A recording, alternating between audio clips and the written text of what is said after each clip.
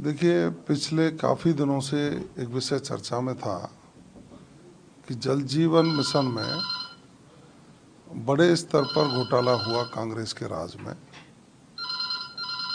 और उसमें एक बहुत बड़ा कॉकस लिप्स था। माननीय उस समय के मंत्री जी महेश जोशी जी की उसमें संलिप्तता, इस तरह की एक बात बहुत ज़ोर शोर से उठी थी, और उस प्रकरण की जांच ईडी द्वारा की गई।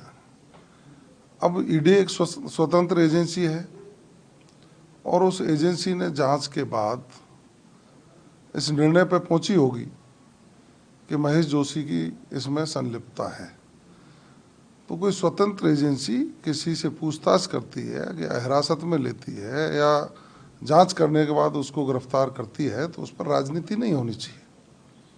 सभी दलों के लोग, चाहे पक्ष के हों चाहे विपक्ष के, उनको यही कहना चाहिए कि देश की स्वतंत्र एजेंसियां स्वतंत्र रूप से जांच करके किसी को दोषी मानती हैं तो उसको न्यायिक प्रक्रिया से गुजरना चाहिए।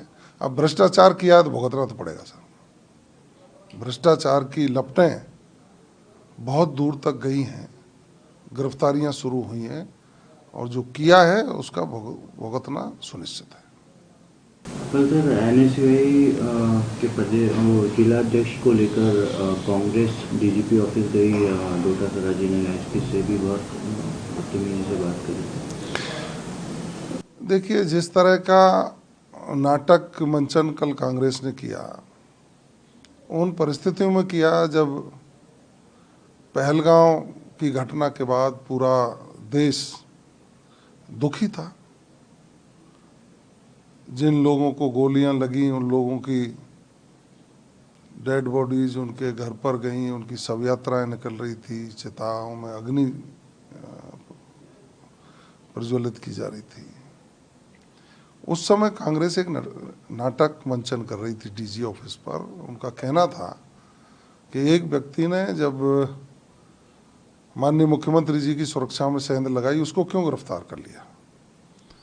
तो माननीय डोटासरा जी शायद भूल गए हैं कि उनके मकान के बाहर एक दीवार पर पिछली सरकार के दौरान कुछ लोगों ने नाथी का पाड़ा लिख दिया था।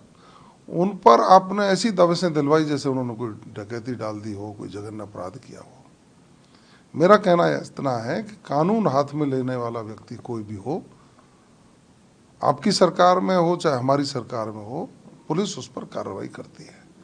और आप तो आपा खो बैठे डीजी ऑफिस में जब आपने प्रेस को संबोधित किया, तो इस तरह की अश्लील भाषा का प्रयोग किया कि हमारे प्रदेश की माताएं बहनें उसको सुनेंगी तो शर्म से उनके सर झुकेंगे। हमें भी उसको सुन करके शर्म आ रही थी।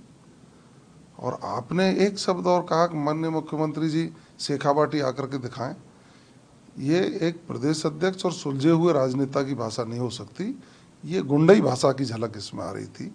तो मैं तो इतना ही कहूँगा कि माननीय डोटासरा जी को ईश्वर सद्बुद्धि दे, वो सकारात्मक राजनीति करें।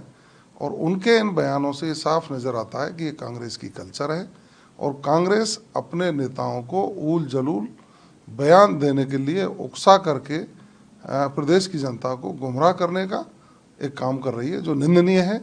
मैं डोटासरा जी के बयान की घोर निंदा करता हूँ।